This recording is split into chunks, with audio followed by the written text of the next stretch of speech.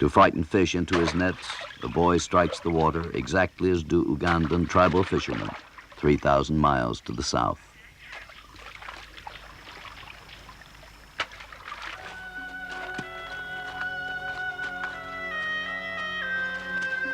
Still a nation of farmers, most of Egypt's peasants still wrest a living from the soil with the tools and patient methods invented at the beginning of Western civilization.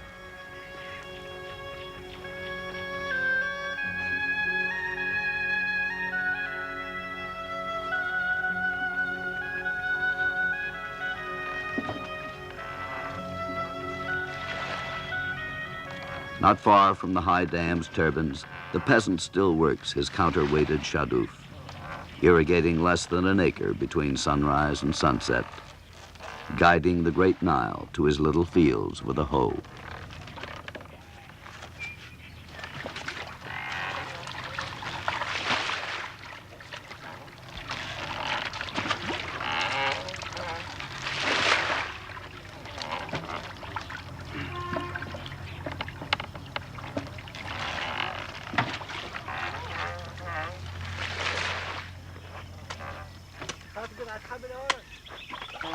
With the sakia, or water wheel, turned by a circular cog drawn by oxen, a farmer can sometimes water almost 5 acres in a day.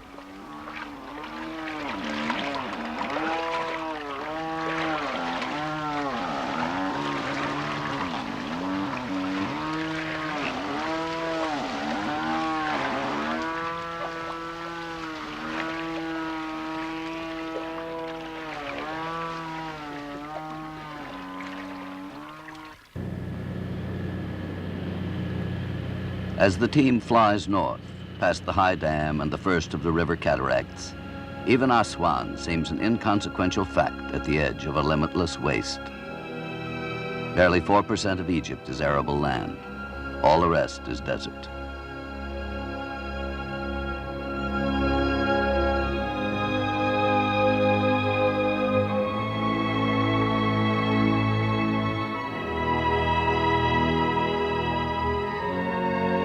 Yet here too, in this wilderness, in this frozen geologic tumult of scarps and canyons and ancient riverbeds, other men have left their marks, the tombs and tracings of forgotten habitations, now locked in silence.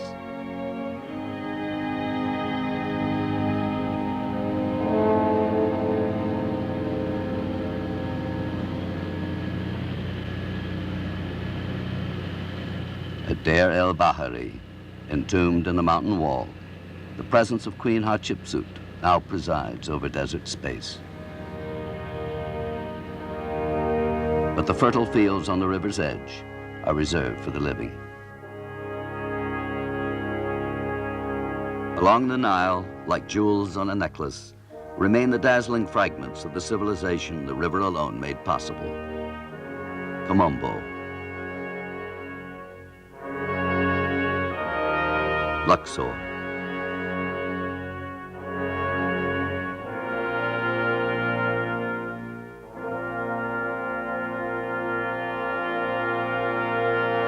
Karnak,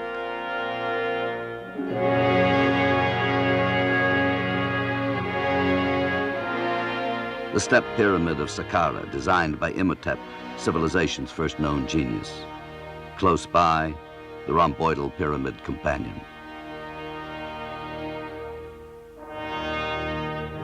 The celebrated pyramids of Giza, Mekarino, Khephren, Cheops.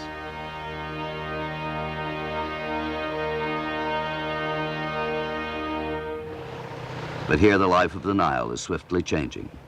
The distance between past and present abruptly widened. Amid the commercial traffic, the familial patterns of ordinary life go on.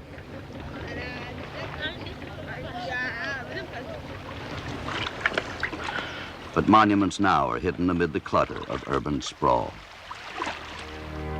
The dry, clear air that for so long has preserved ancient pyramids and temples is clouded now with the smoke of factories and refineries. An industrial haze hangs over the habitations of people unable to escape their own pollution.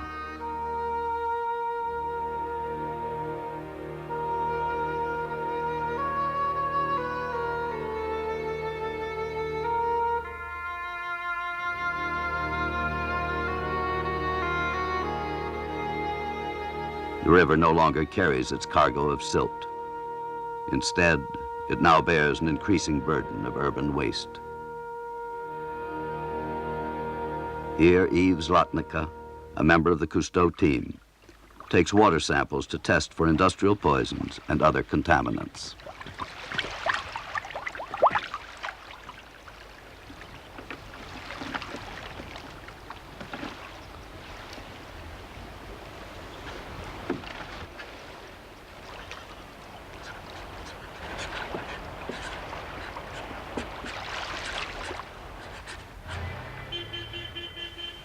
At the turn of the century, Egypt had a population of 10 million.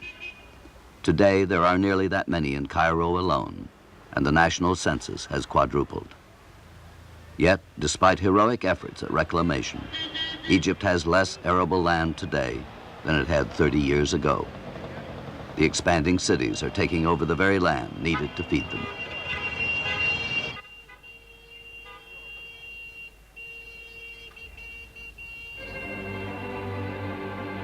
Even Cairo's City of the Dead, the vast cemetery first established in the early Middle Ages, has become a refuge for the living. Here it is estimated that as many as 1 million inhabitants have invaded the sanctuary and set up a marginal nocturnal existence in the tombs.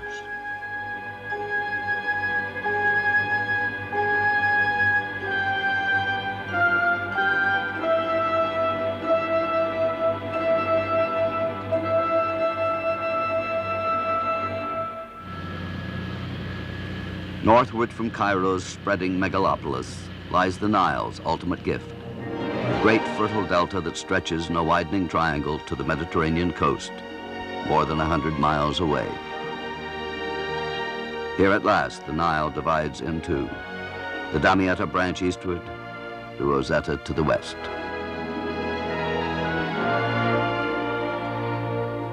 Below the Catalina lie 8,500 square miles of the richest land in Egypt. Every foot of it transported ton by ton, century by century, by the Nile from the mountain highlands of her southern neighbors.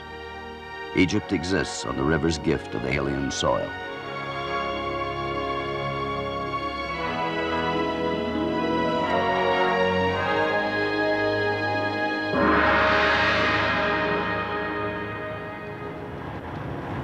Proceeding now by the expedition's vans, Philippe and his companions drive through a countryside dotted with prosperous towns and villages, through the greening fields of cotton, fruit, maize, and other crops raised not only for use in Egypt, but to be sold for export.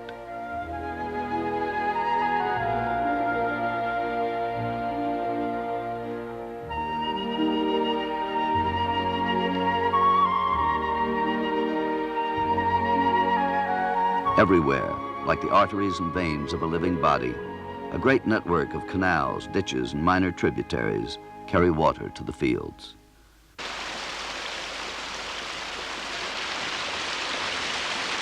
Near the sea, the delta receives 7 inches rainfall each year.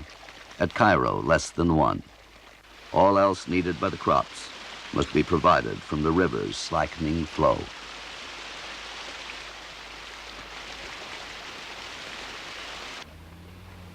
But for all these demands on the river, there is a price. Along the natural causeways that sometimes provide the only slim barrier between the great inland freshwater lakes and the sea,